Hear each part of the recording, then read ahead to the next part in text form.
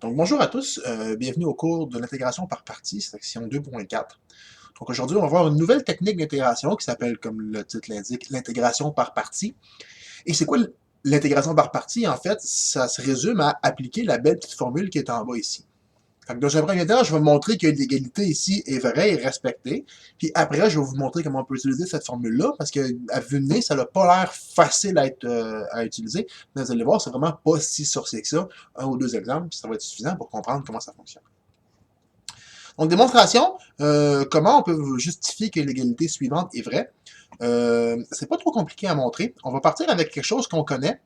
En l'occurrence, la règle du produit. Donc, la règle que vous avez vue en calcul différentiel, en fait. C'est-à-dire, si vous faites le produit, la dérivée d'un produit, ben, on sait que ça fait la dérivée du premier fois le deuxième, plus le premier fois la dérivée du deuxième. Donc, ça, c'est un résultat qui est connu du calcul différentiel. Maintenant, ce qu'on va faire ici, on va faire la même opération de chaque côté de l'équation, ce qu'on est habitué de faire quand on fait de l'algèbre. Sauf que l'opération que je choisis de faire ici pour que ça fonctionne, c'est d'intégrer. Donc, j'intègre de chaque côté, sur chacun des membres de mon équation. À gauche, j'intègre une dérivée. Donc, j'intègre une dérivée. C'est un peu comme prendre le carré d'une racine. Là, ça fait pas grand-chose. Ça enlève la racine. Donc, mon intégrale enlève la dérivée parce que un est l'inverse de l'autre. Fait que ici, je me retrouve avec f de g de x. Et de ce côté-ci, je vais prendre mon symbole d'intégrale, puis je vais le passer sur chacun des deux termes. Donc, je me ramasse avec deux intégrales. Donc, la dérivée de f de x fois g de x dx, plus intégrale de f de x, g' de x dx. Là, on dirait que j'ai fait une faute de notation. Là, on dirait que j'ai oublié un plus c. En fait, c'est pas si grave ici si on n'a pas le plus c. Pourquoi? Parce qu'il me reste encore d'autres intégrales à résoudre. Au sens que, si jamais je résous l'intégrale qui est ici, elle aussi va me faire apparaître un plus c, puis elle aussi, à un moment donné, va me faire apparaître un plus c. Puis le fait d'avoir plusieurs constantes, c'est une constante plus une constante, ça va faire une plus grosse constante. Fait qu'en bout de ligne, tant qu'il reste des symboles d'intégrale, c'est pas grave si on met pas la constante tout de suite. Donc, ce qui est important, c'est que quand on se débarrasse de la dernière intégrale, là, il faudrait mettre notre plus c. Fait que dans le fond, les plus c, tout ça pour vous dire ici, parce qu'il reste des symboles d'intégrale, les plus c, on s'en fout. Et si on regarde, ça ressemble vraiment beaucoup à la formule qui est en haut. Effectivement, là, donc en fait, tout est pareil. C'est juste que lui est comme pas du bon côté. Si je mettais lui de l'autre bord avec un moins, on aurait exactement la même formule qui est en haut. Et c'est ce que je vais faire. Je vais envoyer de l'autre côté, donc en mettant un moins en avant, l'intégrale de l'autre bord, comme avec de l'algèbre normale. C'est juste que là, je manipule une grosse expression avec une intégrale, mais si c'était vrai pour les variables, je dois le faire pour les intégrales aussi. Il n'y a pas de problème. Et voilà, je me ramasse avec ça. Et ça, si on regarde attentivement, c'est exactement la même formule. Donc, fg', fg' avec une intégrale, f de x, g de x, f de x, g de x, puis g de x, f', g de x, f'. Donc, tout n'est pas dans le même ordre, où, par exemple, lui est à droite, puis lui est à gauche, lui est à droite. Mais grosso modo, c'est la même formule, peut-être juste pas dans le même format. Donc, on se rend compte que l'égalité est vraie. Avant de faire un exemple pour vous montrer comment on peut utiliser ça, puis comment cette grosse formule-là est un petit peu incompréhensible peut être utile, je vais faire une simplification. En fait, ici, on a la règle d'intégration par partie forme courte, dis-je. Il y a moyen de simplifier ça grandement, de la rendre beaucoup plus compacte, en faisant un mini changement de variable. Donc, en posant f de x égale à u, puis g de x égale à v, il y a moyen d'avoir une forme qui est beaucoup plus courte. Fait que je vais le faire avec vous, vous allez voir, c'est pas si compliqué que ça. Donc, le but du changement de variable ici, c'est pas tant de résoudre l'intégrale, c'est juste de l'écrire de façon plus compacte. Fait que si je fais f de x est égal à u, si je dérive chaque barre, donc je sais que ça va me donner de ce côté-ci f' de x dx, puis de ce côté-ci, ça va me donner du. Si vous vous rappelez, je dérive ici, ça fait du, dérivé de f, ça fait f', puis en théorie, ça fait un du sur dx, mais je balance le dx l'autre bord, comme on faisait avec le changement de variable. Ça me donne ça. Même chose pour g de x, donc ça va me donner g' de x dx, de ce côté-ci, ça me donne dv. Et si je remplace tout ce beau monde-là dans mon intégrale en haut, je vais tomber sur la forme qui est écrite en dessous que je vais effacer après le carré. Là. Donc, en fait, je pourrais l'effacer tout de suite. Là. Ça va me donner la forme qui est en bas exactement, qui est la même affaire, mais écrite de façon plus compacte. Donc, si on regarde FG, on avait posé FG comme étant UV. Donc, UV. moins l'intégrale f' pi dx. Je pourrais faire d'une autre couleur pour vous le montrer peut-être un peu mieux, là. Peut-être en rouge. F' de x dx, c'est ça ici, f' de x dx. Fait que tout ça, c'est du. Donc, du. Puis g de x, on avait dit que c'était v. Est égal à intégrale. G' de x, on a dit que c'était dv. Je vais l'écrire en vert, tant qu'à faire. Là. Tant qu'à l'avoir mis en vert, on va le mettre en vert, hein, rendu là. Et qu'est-ce qu'il me reste? Il me reste f de x, puis f de x, on avait dit que c'était u. Donc, je me ramasse avec intégrale de u dv, donc intégrale de u dv, est égal à uv, intégrale de v du. Fait que c'est la même chose, c'est juste écrit vraiment plus petit, c'est vraiment ça l'idée, là. Ça, c'est beaucoup, lui est beaucoup plus petit que lui. Voilà. Maintenant, cette formule-là va nous permettre de résoudre ce genre d'intégrale-là. On va regarder la formule un petit peu plus attentivement, voir qu'est-ce que ça fait.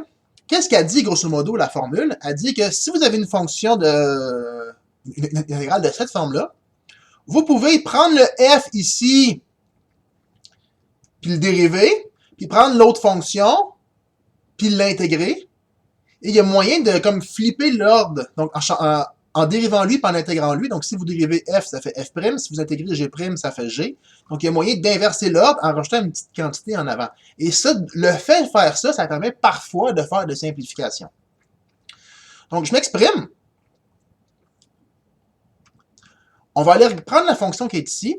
On va essayer d'aller dériver quelque chose, puis intégrer quelque chose d'autre dans la formule, et on va voir si ça peut faire une simplification. Donc, il faut que je choisisse un morceau que je vais dériver dans cette fonction-là, puis un morceau que je vais intégrer dans cette fonction-là, et je vais vous montrer comment on peut l'utiliser. Donc, ce que je vais faire, le morceau que je vais dériver, je vais l'appeler U, puis le morceau que je vais intégrer, je vais l'appeler dv. D'accord? Là, je vais vous dire ce que je vais faire. Le morceau que je vais dériver, je vais l'appeler U, ça va être X, puis le morceau que je vais intégrer, je vais l'appeler dv, puis ça va être cos. Je vais faire le problème, vous allez voir que ça marche, puis après je vais vous dire pourquoi j'ai fait un tel choix, qu'est-ce qui va m'aider. Donc U, on avait dit que c'était X, puis dv, on a dit que c'était cos. Alright? Maintenant, je dérive mon U dx, donc ça va me faire du, puis dérivé de x, ça va me faire 1. dv, c'est comme la dérivée de v. Si j'intègre de chaque côté, donc si j'intègre dv, ça va me faire v. Si j'intègre cos, ça me fait sin. Puis là, qu'est-ce qu'elle dit, ma formule? La formule a dit l'intégrale de u dv, l'intégrale de u dv, donc ça c'est carrément l'intégrale de u dv, là, ce qui est dans la partie en haut, ça devient égal à uv moins l'intégrale de v du. Donc, uv, ça c'est u, ça c'est v. Fait que lui fois lui, c'est-à-dire x fois le sinus de x, moins l'intégrale de v du. Ça va devenir l'intégrale de sinus de x fois 1 dx. Et voilà. Qu'est-ce qu'elle a fait? Je me suis ramassé ici avec intégrale de sinus, et ça, je suis capable de l'intégrer facilement. Comme ça. Moins intégrale de sin, ça fait moins cos. Donc, ça va faire moins cos. Je vais l'écrire pour vous le montrer, là. Moins cos. Comme ça. Évidemment, moins, là, moi, je l'aurais fait d'un coup, là, ce que j'aurais fait, en fait, dès le départ, là. J'aurais dit plus tout de suite pour me sauver une étape, là. Vu que ça fait moins cos, ça va faire plus cos, plus ma constante d'intégration. C'est bon? Fait que ce que j'ai fait, j'ai choisi un morceau à dériver, j'ai choisi un morceau à intégrer, j'ai dérivé le morceau, j'ai intégré le morceau, puis ensuite, avec les bonnes notations, vu que lui, je l'avais appelé U, le morceau que je l'ai dérivé, lui, c'est le morceau que je l'ai intégré, je l'ai appelé dv, je dérive, j'intègre, puis après, je peux prendre l'intégrale qui est ici, puis dire que c'est lui fois lui moins intégrale de lui fois lui. Et ça me crée ça comme formule. Et le fait d'avoir dérivé mon polynôme, ça l'a simplifié.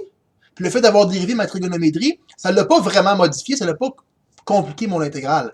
Fait en dérivant le x, il est comme parti, je me suis ramassé avec une intégrale qui est plus facile, que je peux résoudre, et maintenant j'ai résolu le problème. Donc, quand on fait l'intégrale par partie, on essaye de mettre dans ce qu'on dérive quelque chose qui va se simplifier, puis dans ce qu'on intègre, quelque chose qui va pas se complexifier.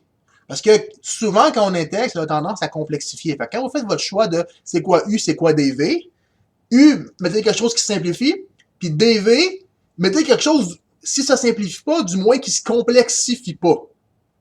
Fait que ce qu'on va faire tout de suite, je vais vous demander de faire l'exercice qui est ici, donc essayez-le tout de suite. Posez U, posez dV, essayez de le résoudre. On va voir si vous êtes capable de l'utiliser. Donc, vous faites pause à la vidéo. Quand vous êtes prêts, repartez là. Voici la correction. Donc, qu'est-ce que je vais poser U? Qu'est-ce que je vais poser dV? Donc, U, ce qui va simplifier, ça va être T carré. Parce que quand je simplifie un polynôme, ben quand je dérive un polynôme, ça le simplifie, je diminue le degré. Puis l'exponentielle, clairement, E à la T, quand j'intègre E à la T, là, c'est assez facile de se dire, quand je vais l'intégrer, que ça fait fuck all. Hein? Et quand je dérive U, donc la dérivée de U, ça va me donner 2T. Ce qui fait que, selon la formule que je vous ai dit, ça va devenir UV, donc ça fois ça, T carré fois E à la T, moins intégrale de ça fois ça. Donc 2T E à la T dt. Alright?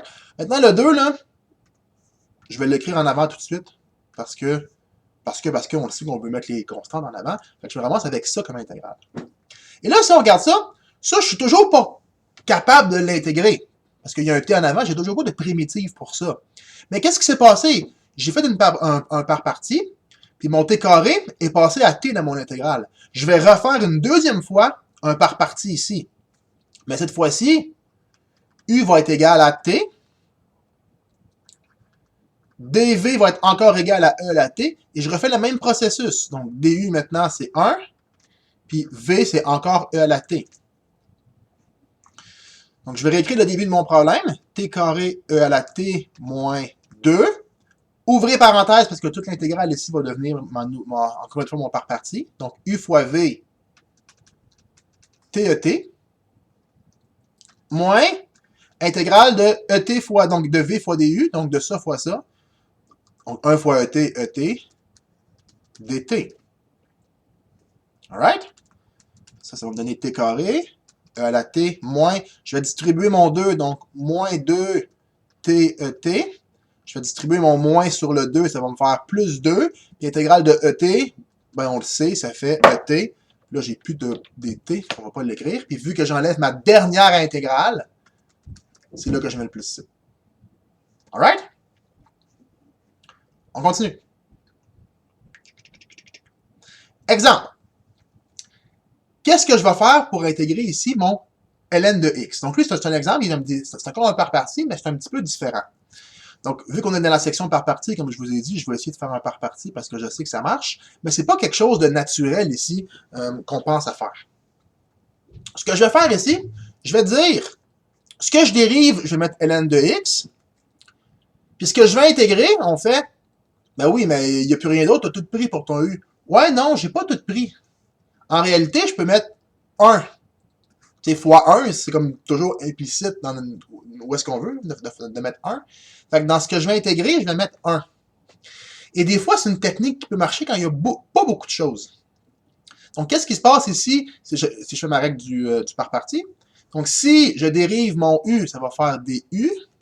Dérivé de ln de x, on sait que ça fait 1 sur x. Et là, intégrale de 1, on sait que ça me donne x. Là, si vous dites, oui, mais c'est assez complexifié. Ouais, mais pas tant que ça. En fait, oui, j'ai rajouté un x parce que je me suis débarrassé de mon ln. Parce que mon intégrale, maintenant, va devenir ça fois ça. Donc, ln de x, x, moins intégrale de x fois 1 sur x. Puis x fois 1 sur x, vous le savez, ça fait 1. Moins, fait intégrale de 1, ça fait x, plus ma constante d'intégration.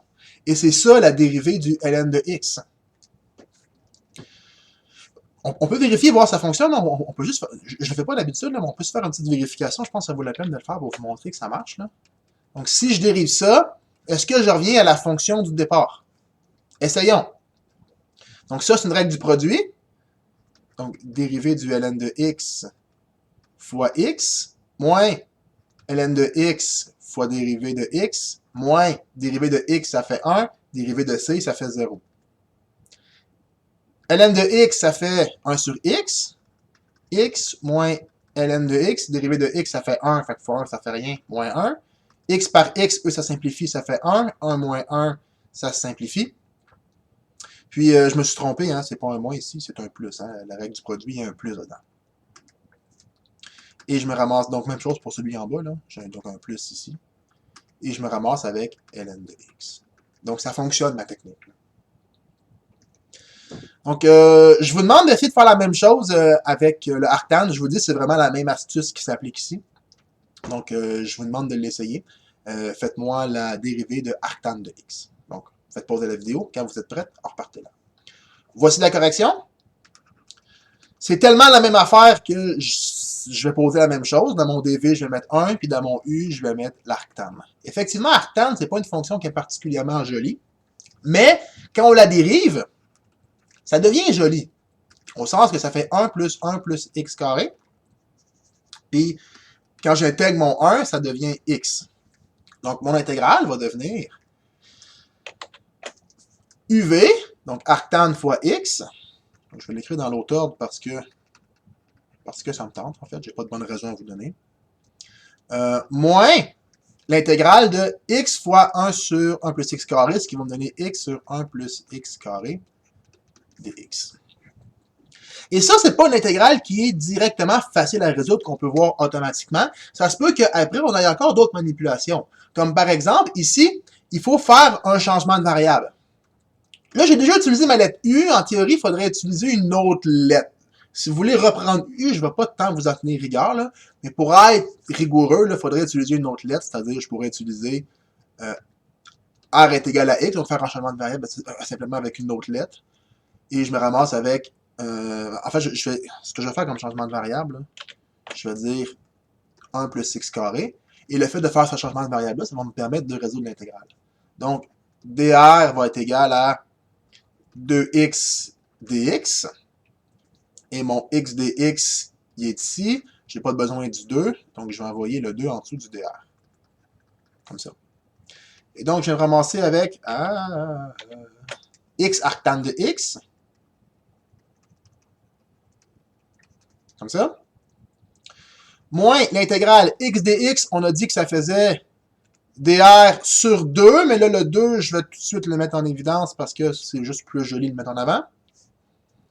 Puis mon 1 plus x2 va devenir r. Super. X arctan de x moins une demi. Intégrale de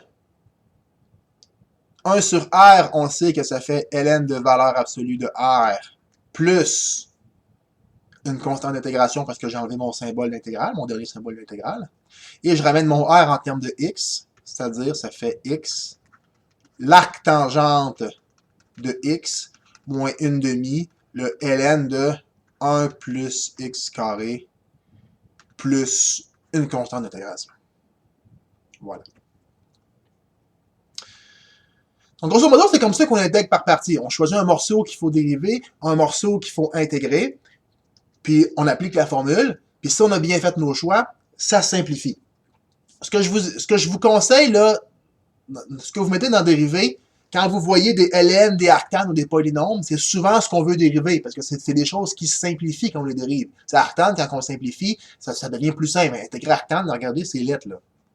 Quand on dérive des polynômes, les degrés diminuent, ça nous aide. Puis quand on intègre des logarithmes, ben, les logarithmes s'en vont. Excusez-moi, quand on dérive des logarithmes, les logarithmes s'en vont, ça aide. Fait que quand on fait une par partie, essayer de dériver ce genre de choses-là, souvent ça va nous aider. Dans les intégrales, intégrer un sinus, intégrer un cosinus, intégrer une exponentielle, c'est souvent une bonne idée parce que ça change pas beaucoup la nature. Souvent, l'intégrale, ça a tendance à complexifier, ça a tendance à complexifier nos formules, mais pas quand on intègre une trigonométrie genre sin cos ou une exponentielle. Fait que c'est souvent ce qu'on va privilégier dans intégrer. Voilà. Il reste un cas particulier à faire. Puis, ok, parfait, fait que j'ai beaucoup de place. C'est ce que j'appelle une intégrale qui tourne. Donc, je m'explique ici. Oh, j'ai une petite faute de mathématiques. Il me manque un dx ici. Ça m'arrive là. Donc voilà, l'intégrale de x, sin x, on va faire un par partie ici. Puis là, je viens de vous dire, essayez de privilégier polynômes ou les logarithmes ou les trigos inverses ou les affaires compliquées qui se simplifient. Puis qu'intègre, on essaie de mettre une trigonométrie simple, genre sin cos ou une exponentielle. Dans ce cas-ci, e la x sin, peu importe ce que je fais, ça va pas vraiment faire de la différence, au sens que la sin va pas vraiment simplifier en dérivant, mais ça va pas vraiment se complexifier en intégrant, et puis même chose pour le e. Donc ici, peu importe ce que vous faites comme choix, ça va marcher. Mais regardez bien, il y a une petite twist de plus qui va approcher un peu plus loin, là. Vous allez comprendre pourquoi je dis que c'est une intégrale qui tourne. Je m'explique. Donc, moi, je choisis de mettre sinus, ici. Si jamais vous avez mis le e à la x, ça aurait quand même marché. Fait que je dérive sin, j'intègre e à la x. Fait que dérivée de sin, ça fait cos. Puis intégrale de e à la x, donc v, ça me donne x. Donc, cette formule-là va devenir sin de x, e à la x. Il me manque un x dans ma formule, hein? Sin de x, e à la x, moins. Intégrale de ça fois ça. Donc, e à la x. Je peux les mettre dans le même ordre là, que la formule de base. C'est-à-dire, non, c'est ça, je te verrai là. E à la x, cos de x, dx. Et là, on voit, ben, on n'est pas plus avancé. On est dans une intégrale qui ressemble énormément à celle de base. Quand ça se produit, refaites-le une deuxième fois. Je m'explique. Refaites encore un autre par partie. Et c'est important dans ce cas-ci de garder, si vous avez mis votre trigo pour dériver, continuez à dériver vos trigos. Puis même chose, on intègre les exponentielles, continuez à intégrer l'exponentielle. Puis regardez, ça va faire littéralement de la magie. Je m'explique. Donc maintenant, cette intégrale-là, je vais mettre cos.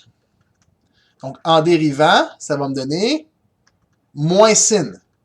Il faut réfléchir à chaque fois que je dérive, puis j'intègre avec les sin puis les cos parce que je me mélange d'un signe. Mais je me suis pas trompé.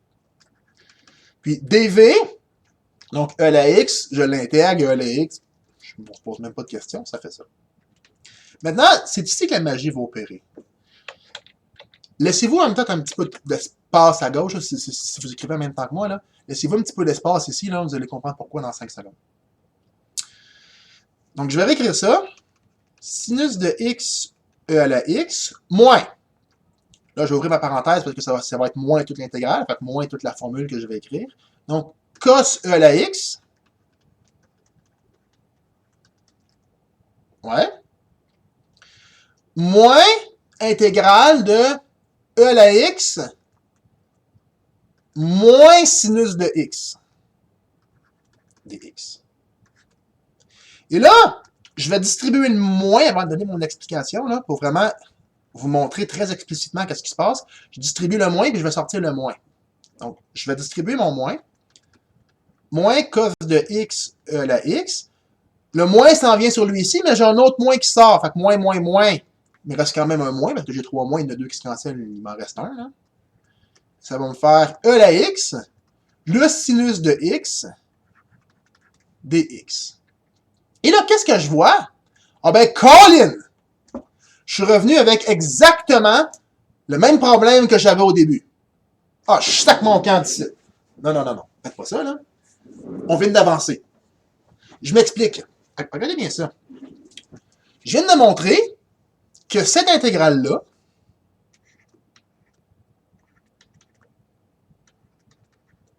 je vais peut-être la mettre un petit peu plus à gauche. Donc, je viens de montrer que cette intégrale-là est égale à quelque chose moins la même intégrale.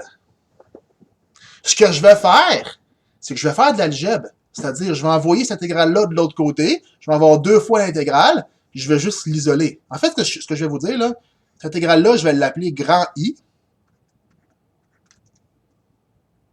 Je vais l'appeler grand I. Et je me ramasse maintenant avec l'intégrale que je voulais résoudre au départ, là, que j'ai appelé grand I. C'est comme si je vous dis ça, je l'ai appelé grand I. C'est égal à sinus de x, e à la x, moins cos de x, e à la x, moins i. C'est ça que je voulais vous dire par une intégrale qui tourne. Tu sais, je l'ai intégrée 2 fois, puis elle est revenue sous la même forme. Fait que c'est comme si l'intégrale, elle avait tourné sur elle-même, elle était revenue à la même forme qu'elle avait au début, mais en rajoutant des constantes. Et là, si je vous dis ici, OK, moi, je veux trouver i. Ben, c'est pas dur à isoler mon i ici. Au sens que je vais faire plus i de chaque bord. Donc, ça va se simplifier. De ce côté-ci, je vais avoir 2 grands i est égal à sinus de x, e à la x, moins le cosinus de x, e à la x. Et je vais me ramasser avec le sinus de x, e à la x, moins le cos de x, e à la x, divisé par 2 en divisant par 2 de chaque côté. Et le i, là, si vous pouvez l'écrire comme le... c'est l'intégrale, là. C'est ce qu'on a choisi. Fait que c'est l'intégrale de e à la x, sin de x.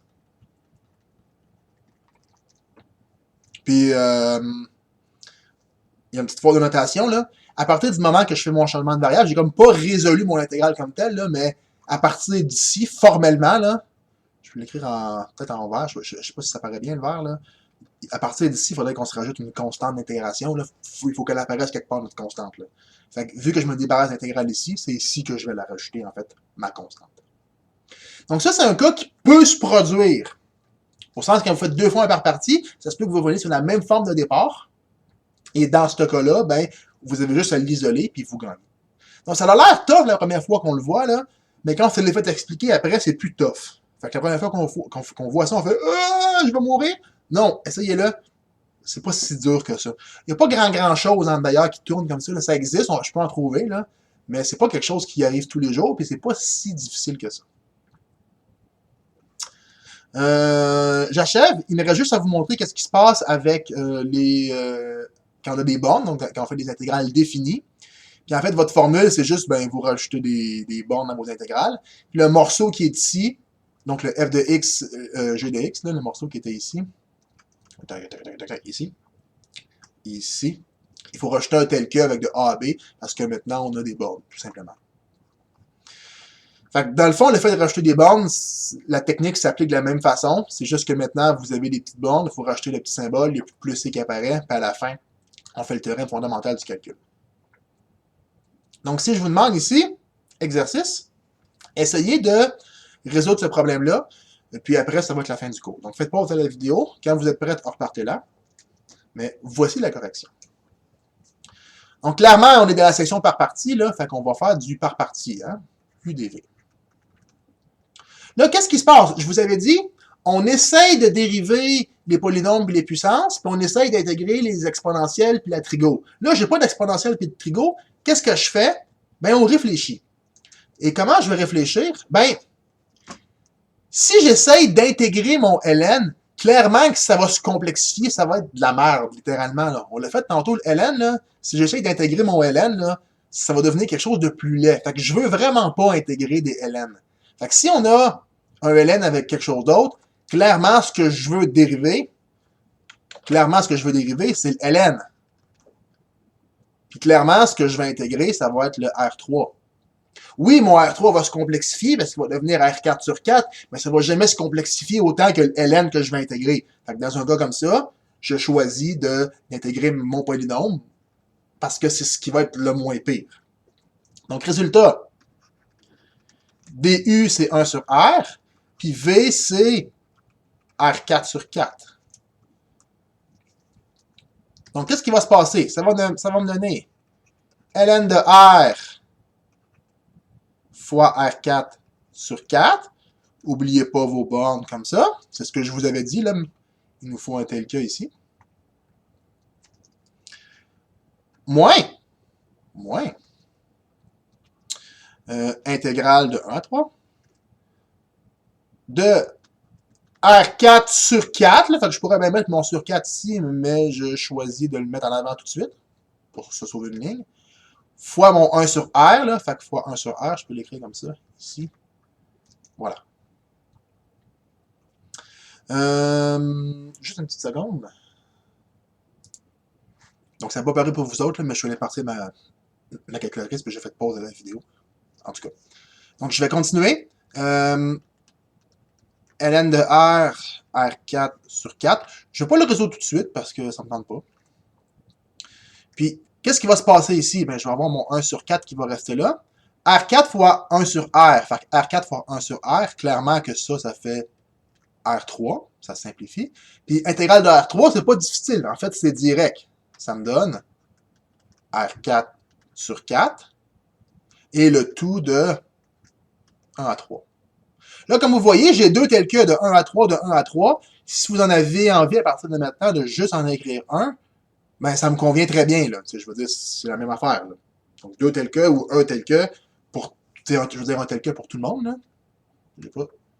Un tel que pour tout le monde, c'est correct là, de le faire comme ça. Et maintenant, on applique mon théorème fondamental du calcul. C'est-à-dire, ça va devenir ln de 3 à la 4 sur 4, moins